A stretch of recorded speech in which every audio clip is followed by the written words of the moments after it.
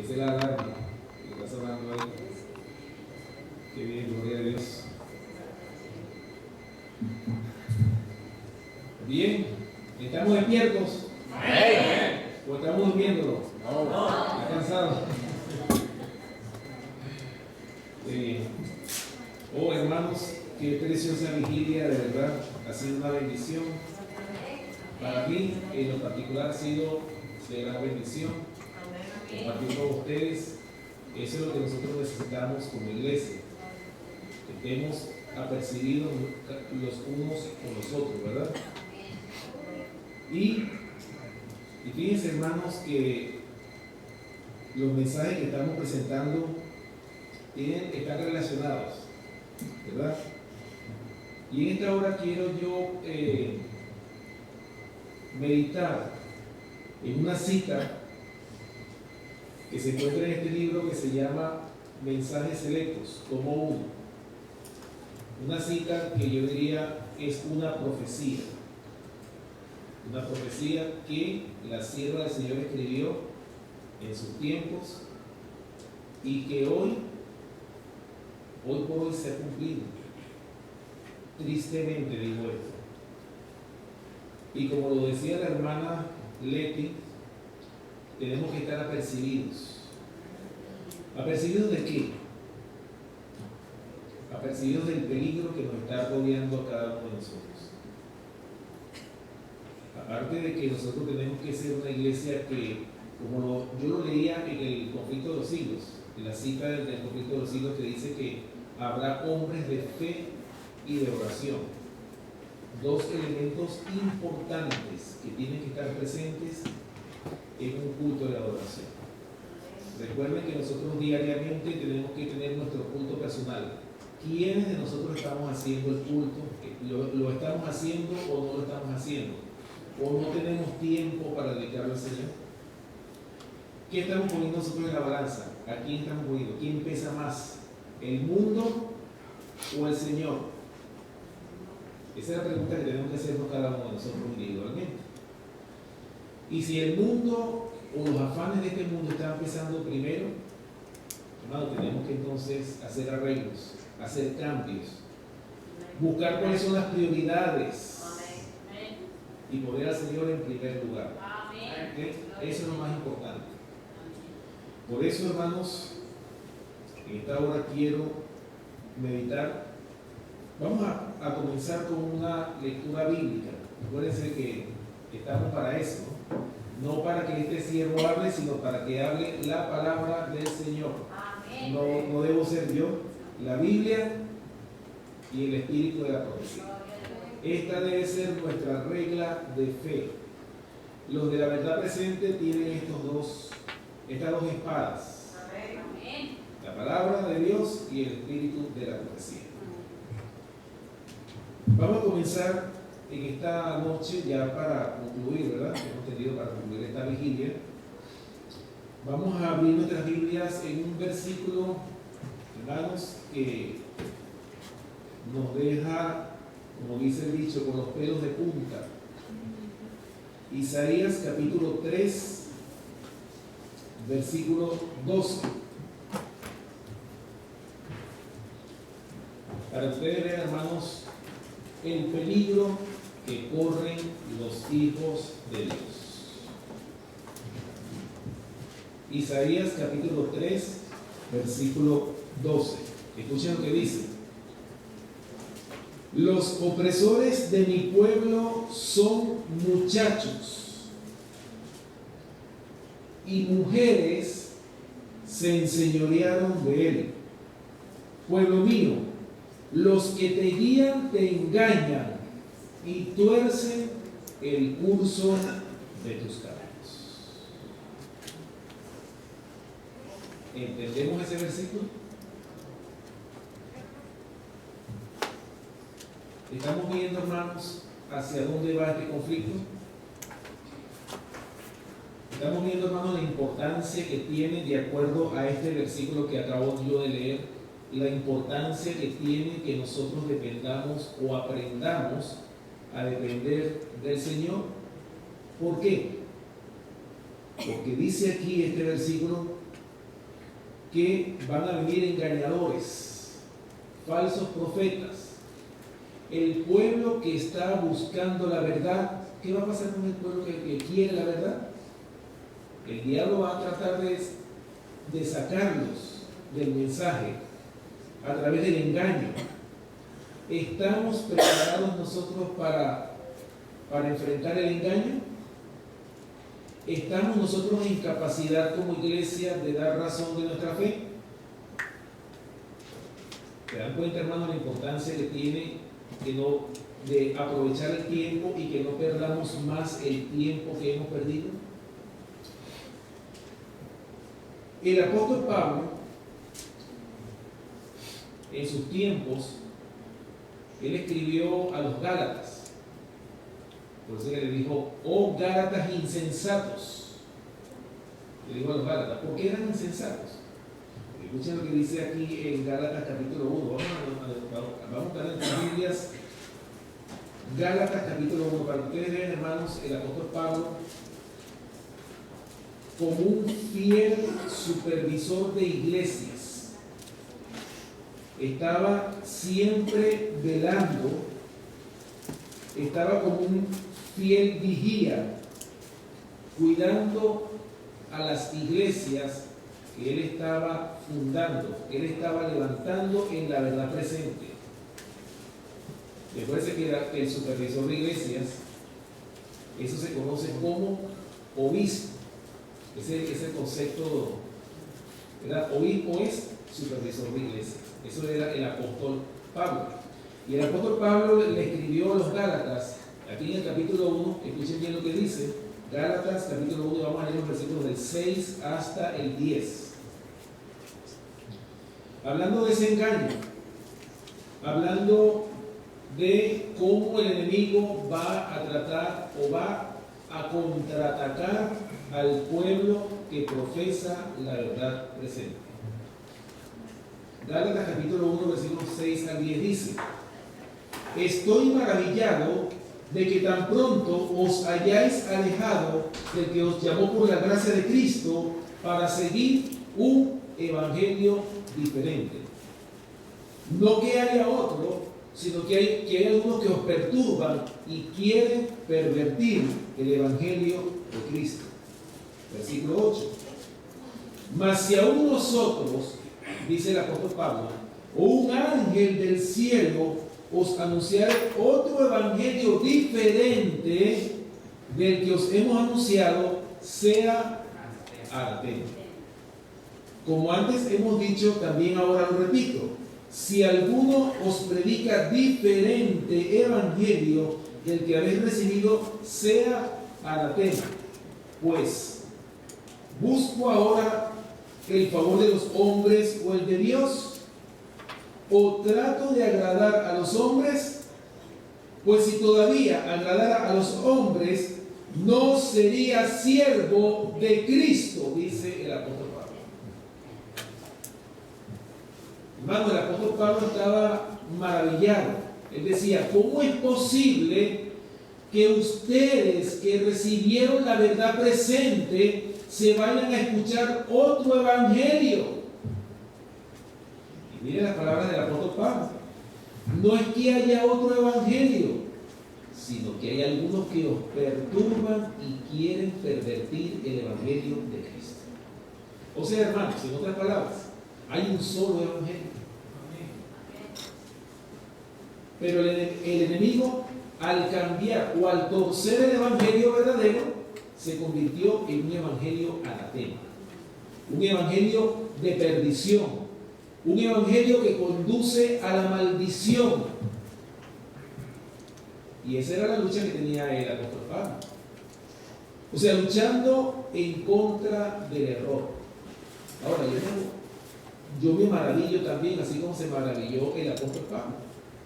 Porque el apóstol Pablo dice, o sea, ¿cómo es posible que ustedes, después de que escucharon el mensaje que yo les presenté, imagínense ustedes, hermanos, el apóstol Pablo ungido con el Espíritu Santo, o algo? O sea, ¿es un poder, sí o no? Estaban ungidos, pero con el poder del Espíritu Santo. Y ellos, después de haber escuchado ese tremendo mensaje, se van a escuchar el error. ¿Cómo es posible eso? ¿Cómo es posible? Y sucede que eso mismo está pasando en nuestras iglesias, tristemente.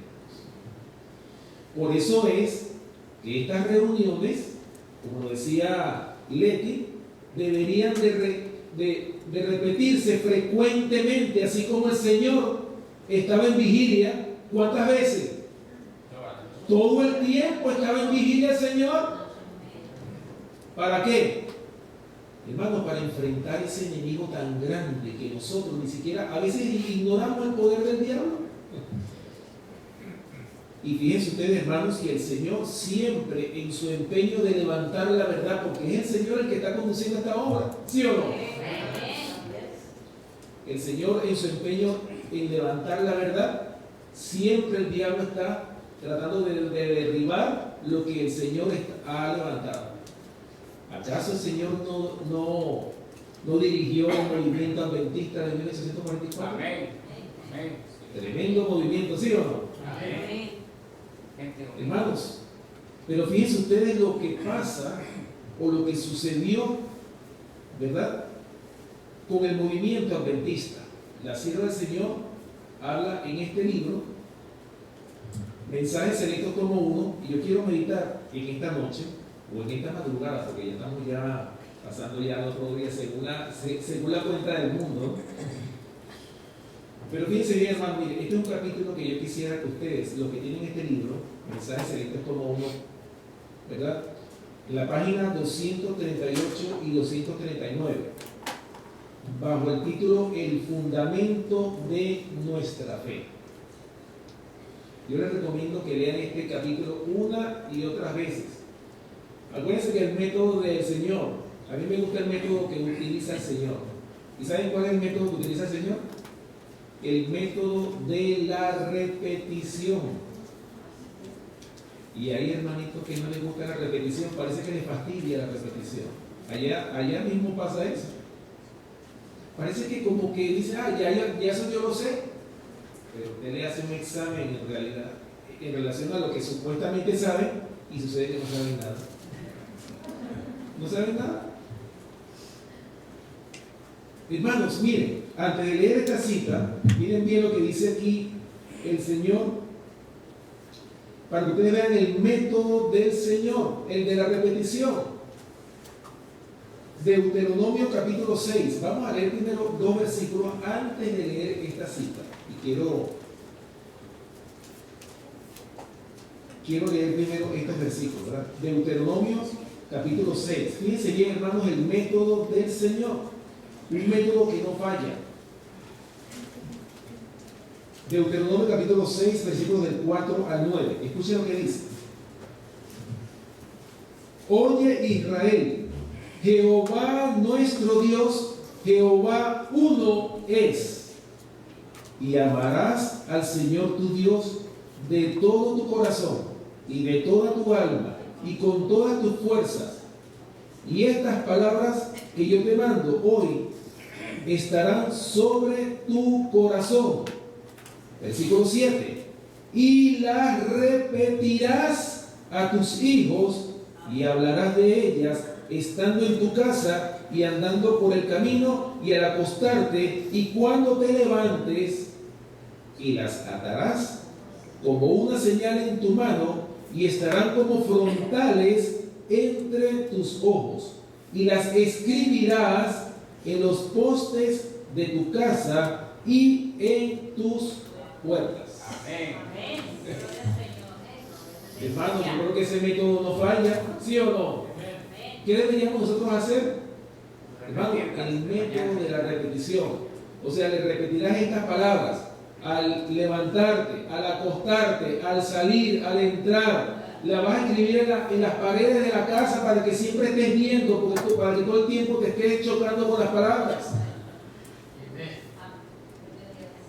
Ese es el método del Señor. Pero eso no se queda ahí. Vamos a buscar otro texto bíblico más. Segunda de Pedro, el apóstol Pedro.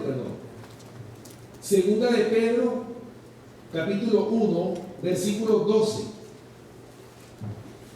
Y este versículo, ¿sabe para quiénes? Está dedicado a este versículo para los que profesamos la verdad presente. ¿Ok?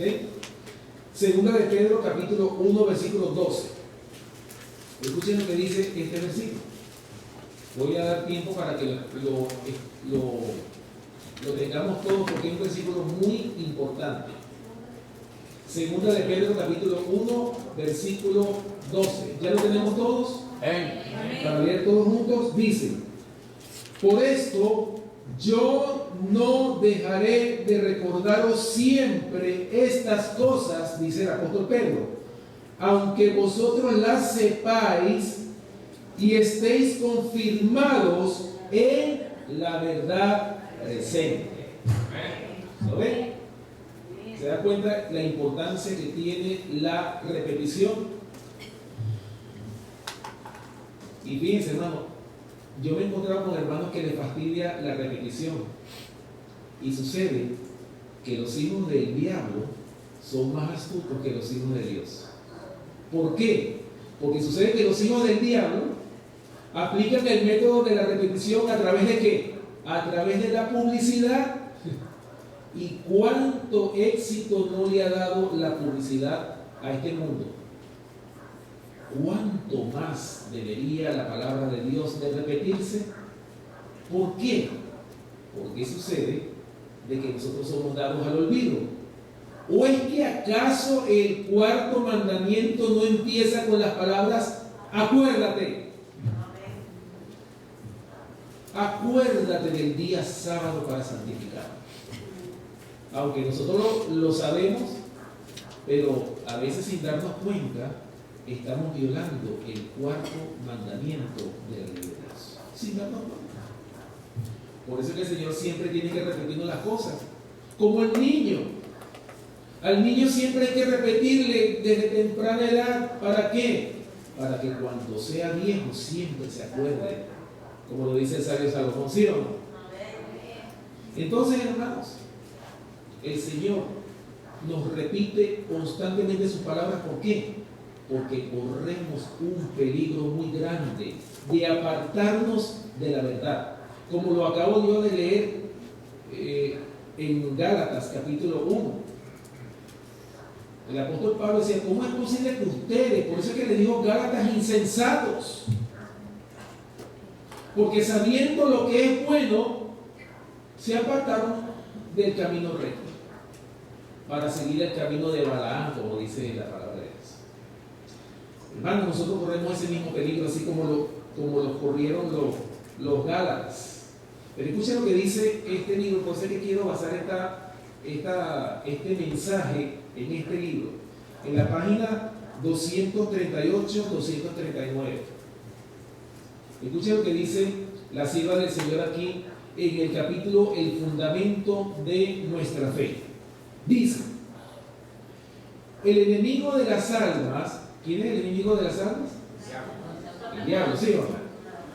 El enemigo de las almas ha procurado inducir la suposición de que había de realizarse una gran reforma entre los adventistas del séptimo día, y que esa reforma consistiría en renunciar a las doctrinas que están en pie como las columnas de nuestra fe, y que había de comenzar un proceso de reorganización.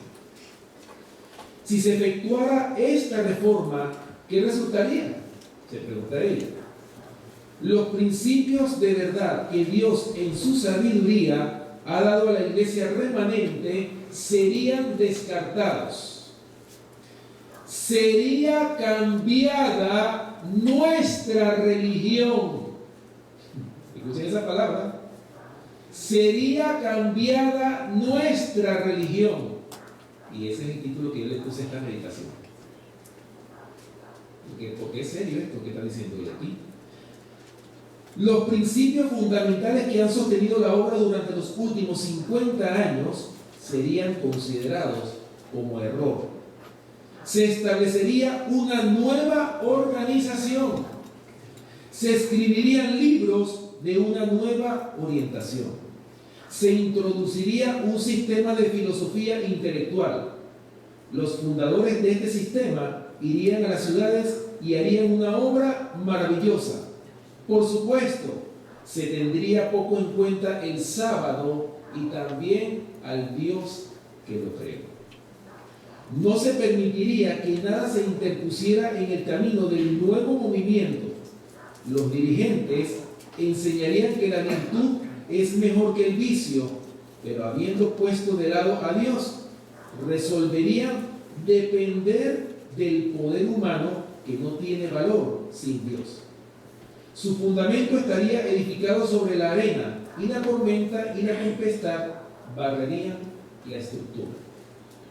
¿Quién tiene autoridad para comenzar un movimiento tal? Tenemos nuestras Biblias.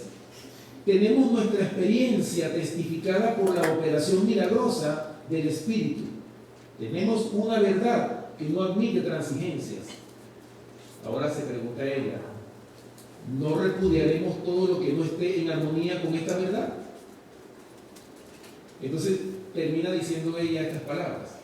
Vacilé y me demoré en enviar lo que el Espíritu de Dios me impelía a escribir.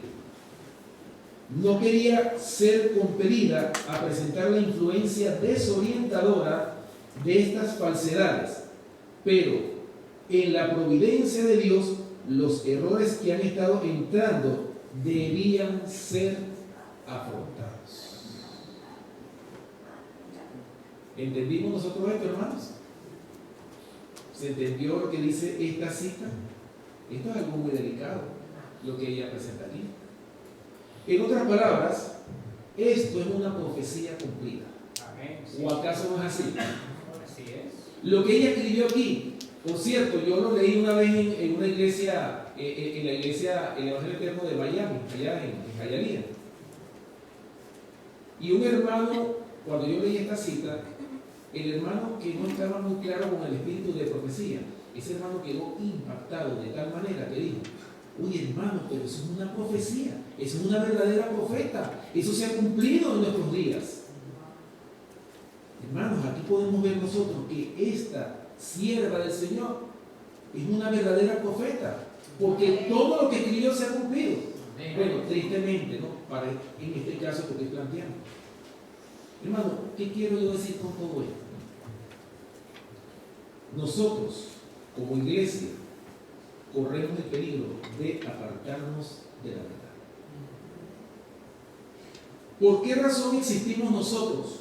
Nosotros, el sostén propio, nosotros como iglesia. ¿Por qué nosotros existimos?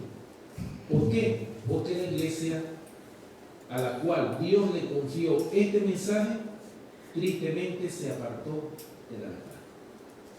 Pero fíjense, hermanos, analizando esto que yo les acabo de leer, aquí hay muchas cosas importantes por las cuales debemos nosotros meditar. Primeramente, ¿qué es lo que sugirió el enemigo? Fíjense bien, el enemigo de las almas sugiere que había que realizarse una gran reforma entre los adventistas del séptimo día, pero ojalá esa reforma hubiese sido salir del error o de las cosas malas que estamos haciendo. ¿Para qué? Para corregir nuestro curso de acción. Pero no. Esa reforma consistiría en ¿qué? En renunciar a las columnas de nuestra fe. Eso sería una nueva conferencia. Por eso es que nosotros tenemos que estar claros con el mensaje. Tenemos que prepararnos todo el tiempo, hermanos. Porque nosotros corremos el peligro, ¿saben qué? De llegar a ser una hermana de la caída Babilonia. Así lo dice la sierva del Señor también. Hermano, ¿qué es Babilonia? ¿Qué es Babilonia? Es confusión. El pueblo de Dios nunca va a tener o va a estar confundido. ¿Por qué? Porque va a estar establecido, afianzado, sellado en la verdad presente. Amén. Y nosotros como pueblo tenemos que lograr alcanzar ese nivel de preparación, porque nosotros, hermanos, vamos a tener que enfrentar a hombres muy inteligentes que hasta pueden inclusive superarnos. Si nosotros no defendemos estas verdades, ¿qué va a pasar? Hermanos, nosotros no vamos a quedar entonces como el pueblo de Israel cuando vino Goliat, que no defendieron los intereses del Señor, se quedaron callados. Eso no puede pasar a nosotros. Y nosotros como iglesia, cada uno de nosotros vamos a ser probados. No es que toda la iglesia, acuérdense, el diablo está atacando la verdad. El diablo se ha dado la tarea de hacer guerra contra quienes, como lo dice Apocalipsis capítulo 12, versículo 17. El dragón se llenó de ira y se fue a hacer guerra contra quienes, contra el resto de la descendencia de ella. ¿Quiénes son esos? Los que guardan los mandamientos de Dios y tienen el testimonio de Jesucristo. Hermano, la guerra no va a ser contra los que están en apostasía. Y apostasía es apartarse de la verdad. Nosotros corremos el peligro de apostatar de la verdad. Y por esa razón el Señor en esta noche, en esta madrugada, en esta vigilia, nos está amonestando, nos está llamando a nosotros para que nosotros estemos como velando constantemente, porque el diablo anda como león rugiente buscando a quién devorar. Miren, es que son muchos los puntos que habla esta cita. Ahora, ¿cuál es el resultado de esa reforma que estaba sugiriendo el diablo? Bueno, los principios que Dios le dio a su iglesia serían descartados. ¿O es que acaso eso no ha pasado en nuestros días? ¿No se ha descartado todo principio que está en la palabra de Dios? ¿Acaso no prevalecen las ideas de los hombres? Y miren lo que dice ella: sería cambiada nuestra religión. ¿Acaso eso no ha sucedido? ¿Qué le toca al pueblo de Dios? ¿Qué va a hacer el remanente? Hermanos, el remanente va a mantener la verdadera religión. ¿Y en qué se basa la verdadera religión? La Biblia y el Espíritu de Dios. Aquí está la verdadera religión. Pero no basta con tenerla en los libros, porque yo puedo saber mucho de este libro y de este libro también. Me los puedo aprender de memoria. Pero si esto solamente se queda en papel y tinta y no se convierte en carne y sangre, no hemos hecho nada. El Señor nos está llamando a que su palabra se encarne en cada uno de nosotros, se haga carne, se haga sangre, para que nosotros podamos reflejar el carácter de Cristo. ¿No decimos amén por eso? Amén. Ese es el objetivo de nosotros como cristianos, ¿sí o no? Llegar a reflejar el carácter de Cristo. Pero fíjense, hermanos, nosotros podemos ver claramente cómo no solamente en nuestros tiempos está eso, siempre en toda la palabra de Dios encontramos que la guerra ha sido desde el mismo momento que el pecado entró en este mundo. Ustedes saben muy bien que el Señor, aquí en Mateo capítulo 24, vamos a buscar en Mateo capítulo 24, el capítulo que habla de las señales del pronto regreso de Cristo. Y fíjense bien, hermanos, una de las señales que el Señor le dio a su pueblo, que nos dice a las claras que el fin está cerca. Mateo capítulo 24. Vamos a leer desde el versículo 1. Dice: cuando Jesús salió del templo y se iba, se acercaron sus discípulos para mostrarle los edificios del templo. Respondiendo él les dijo: ¿veis todo esto? De cierto os digo que no quedará aquí piedra sobre piedra que no sea derribada. Versículo 3. Y estando él sentado en el monte de los olivos, los discípulos se le acercaron aparte diciendo: dinos, ¿cuándo serán estas cosas y qué señal habrá de tu venida y del fin del siglo? Respondiendo Jesús les dijo: mirad que nadie que os engañe.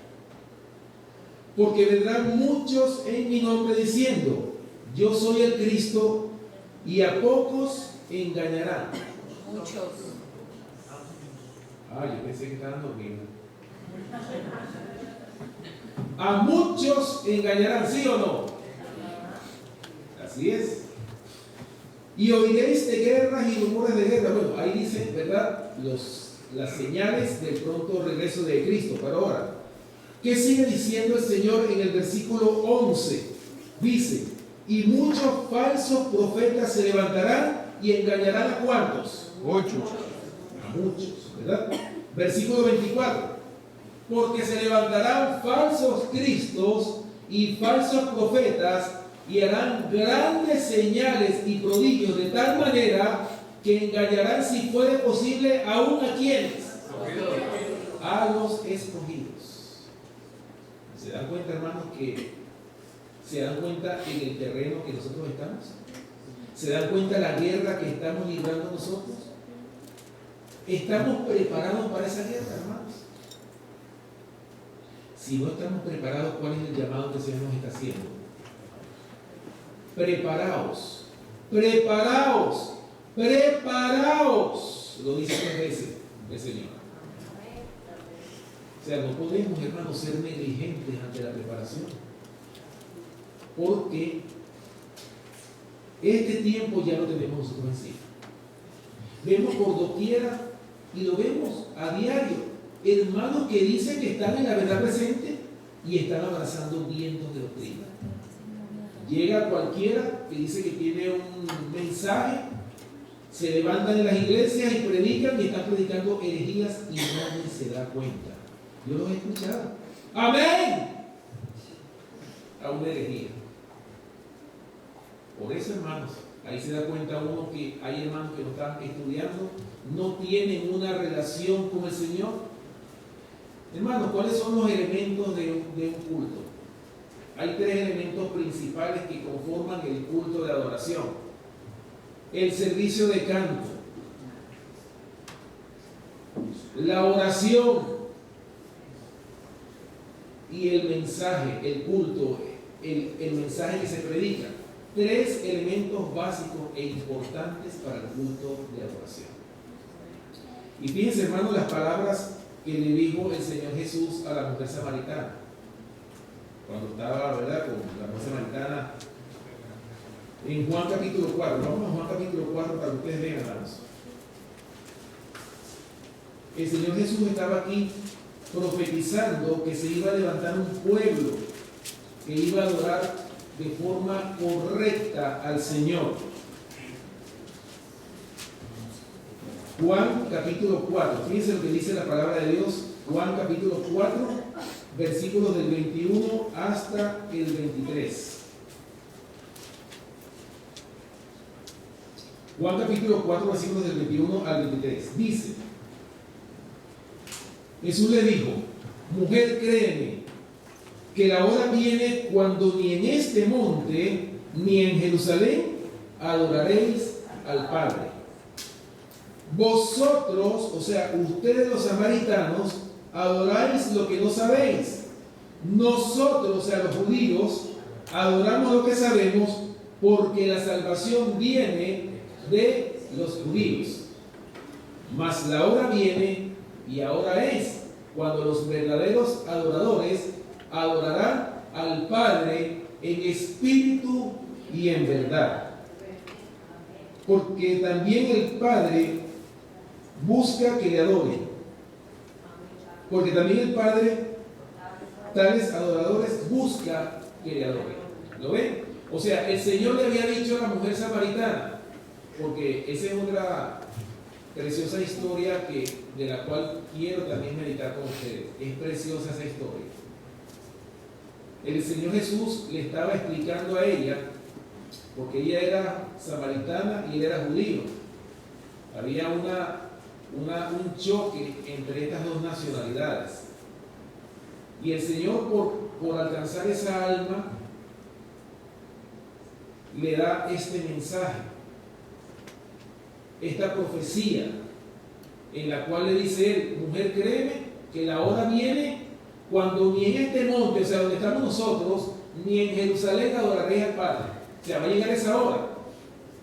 Y le estaba comentando que ustedes adoran lo que no saben, pero nosotros adoramos lo que sabemos porque la salvación viene de los judíos, decía el Señor Jesús. Pero la hora viene cuando ni en este monte ni en Jerusalén adoraréis al Padre. Y va a venir la hora cuando los verdaderos adoradores iban a adorar al Padre ¿en qué? En espíritu y en verdad. ¿Estamos entendiendo que esos son los dos elementos esenciales de un culto de adoración? Adorar en espíritu y en verdad. Pero ¿cuántas congregaciones no hay que sin ellos darse cuenta están adorando en el error? ¿Puede el Señor derramar su espíritu en una congregación que está en esa condición? ¿Se dan cuenta de la importancia, hermano, que todos nosotros como iglesia estemos en la misma página? Que no haya diferencias en cuanto a la creencia. Que si llegásemos a tener diferencias entre nosotros, ¿qué tiene que hacer la iglesia? Vamos a reunirnos, vamos a estudiar y de forma humilde reconocer si estamos equivocados. Yo me he hecho la pregunta y yo le pido al Señor, Señor, yo quiero probar lo que yo creo, pero con la palabra, con la Biblia y con el espíritu de profecía. Es hora que nosotros probemos la doctrina, porque van a venir hombres que nos van a cuestionar. Y si nosotros no estamos preparados, hermanos, nosotros no vamos a poder defender la verdad. Y si nosotros, si estuviésemos sellados en la verdad, nosotros va a llegar el momento en que vamos a entregar nuestra vida por causa de la verdad, por causa del Evangelio, así como hicieron los grandes hombres en la Edad Media que entregaron su vida por causa de la verdad. Es decir, es estar sellado en la verdad. Eso es lo que el Señor quiere para su pueblo. ¿Estamos nosotros dispuestos a hacer eso, iglesia?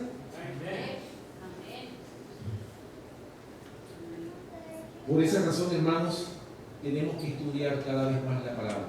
Tenemos que prepararnos. Pero no solamente estudiarla, es vivir de toda palabra que sale de la boca del Señor. Amén.